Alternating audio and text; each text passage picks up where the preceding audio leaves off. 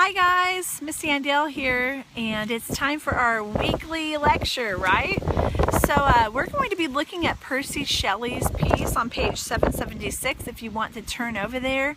You may notice behind me where I am. I'm at the Poto Cemetery, and the cemetery is right next to the college, so you may see glimpses of that behind me.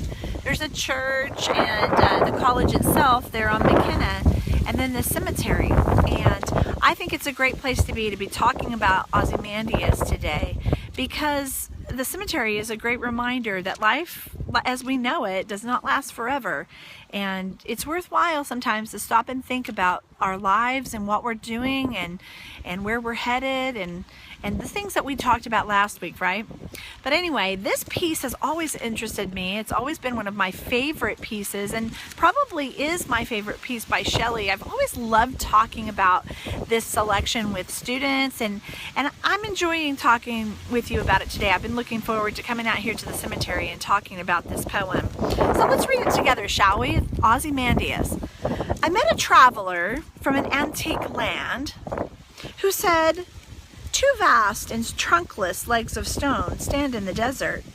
Near them, on the sand, half sunk, a shattered visage lies, whose frown and wrinkled lip and sneer of cold command tell that its sculptor well those passions read, which yet survive, stamped on these lifeless things.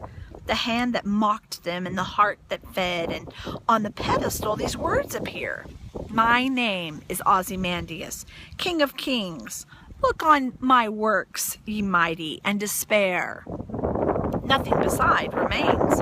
Round the decay of that colossal wreck, boundless and bare, the lone and level sands stretch far away."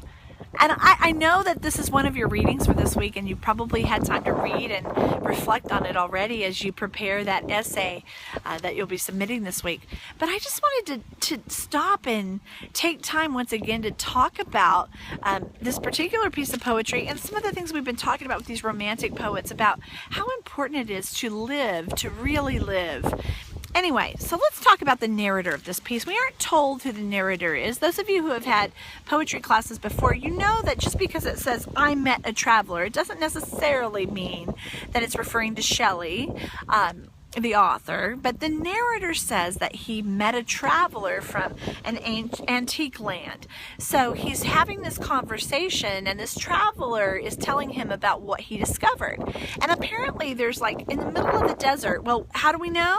Because it mentions the desert, and then at the end it says, "Nothing beside remains. Round the decay of that colossal wreck, boundless and bare, the lone and level sands stretch far away." So this traveler is telling the narrator about this crazy thing he saw. This humongous statue that's broken down. It's all broken because it says it's sunken. Two vast and trunkless legs of stone stand in the desert. I mean, this thing is broken apart. There's still, it says, near them on the sand half sunk, a shattered visage lies. The visage is talking about the face part of the sculpture. And it says that, or the traveler says, hey, it's really clear that the person who sculpted this knew this guy, because you can still see that the wrinkled, it says his frown, wrinkled lip, and sneer of cold command. And then it says the sculptor read it well, like he knew that he purposely made this person look ferocious. So we find out a little bit about Ozymandias, that he was a terrifying person, and the statue was probably at one time a signal to people traveling to not mess with this territory, that, you know, you're not going to come in and take us over. Ozymandias is here, and I am protector of this territory, etc., etc. Okay, well, at the bottom in the footnote, did anybody read this? This is actually based on something that's real. So let's take a look down at the footnote before we go on about who is Ozymandias. According to Siculus, the Greek historian of the 1st century, the largest statue in Egypt had the inscription, "I am Ozymandias, King of Kings. If anyone wishes to know what I am and where I lie, let him surpass me in some of my exploits." Wow. I mean, we can get a sense of his real life attitude here, can't we? Then it says, it was the Greek name for Ramesses II of Egypt in the 13th century BCE. So this is based on like something that's real. And the crazy thing is, though, that Ozymandias, it reiterates a couple of things that we know about life, is that all things change. You know, one of the things I assigned you to do was everything this week had something to do with change and mutability, for instance. And even the struggle that these poets had, Shelley and others, with the changes that were happening so quickly around them. And Wordsworth and Coleridge and all these that we've read, dealing with change is not easy. And this one, I think it's one of those reminders that no matter how much someone believes that they're going to live forever and they're just going to terrorize everybody and be powerful, that all things don't last forever, and things change. And here we have this depiction of this mighty man statue broken in the sand, and that's all that's left of him. And that's all that's left of the civilization or the town that statue was guarding or protecting, if you know what I mean, or standing in front of. Yes, it was a mighty statue, but now the poem tells us that nothing is left except sand. It says, vast level sand, the lone and level sand stretched far away. That's all that's left.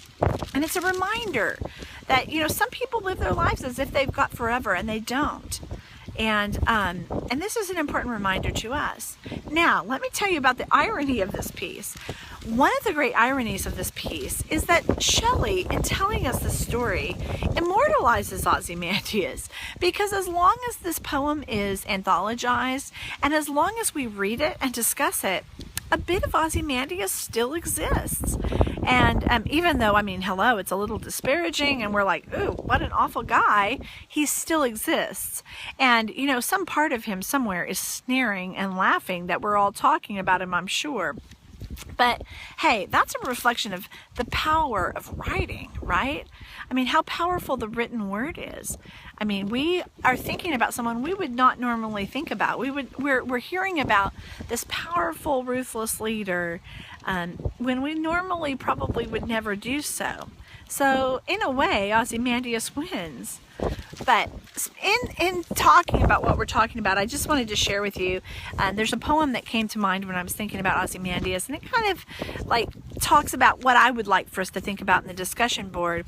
And that's just that the permanence of things, what things are permanent. And this one is called Nothing Gold Can Stay by Robert Frost, an American poet. But I think that this poem informs our reading this week of Shelley, and I'd like for you to at least think about it in your response and let me know what you think. It says, it's talking about change, it's talking about mutability. Nature's first green is gold, her hardest hue to hold. Her early leaves a flower, but only so an hour. Then leaf subsides to leaf. So Eden sank to grief. So dawn goes down today. Nothing gold can stay. And this is one of those beautiful Frost poems that reminds us that nothing lasts forever. And people, when we talk about Ozymandias, we're talking about horrible leaders. And, you know, in some ways it's really nice to know that, hey, these people are not going to live forever. They only have this season of time. This isn't going to be forever. But at the same time, I want to talk about this. How many of you have lived in moments, kind of like Nothing Gold Can Stay, where these green leaves of time, when you're enjoying time or somebody and you wish they could last forever?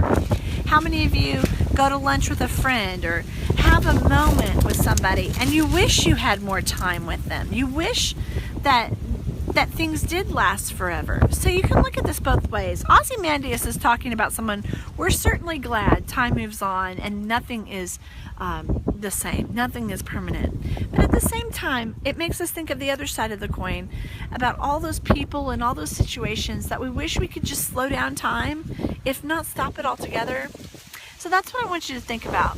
This romantic poetry, it really begs us to stop and think about who we are inside and out, what we're doing here, where we're going, and do we really appreciate all that's around us? And even here in this cemetery, I don't know if you guys can see it, there's some pretty trees up in here, not nearly enough for my taste. I love trees. But you know, what a great reminder of how things are not permanent. And what we mean is, you know what I'm talking about. Okay,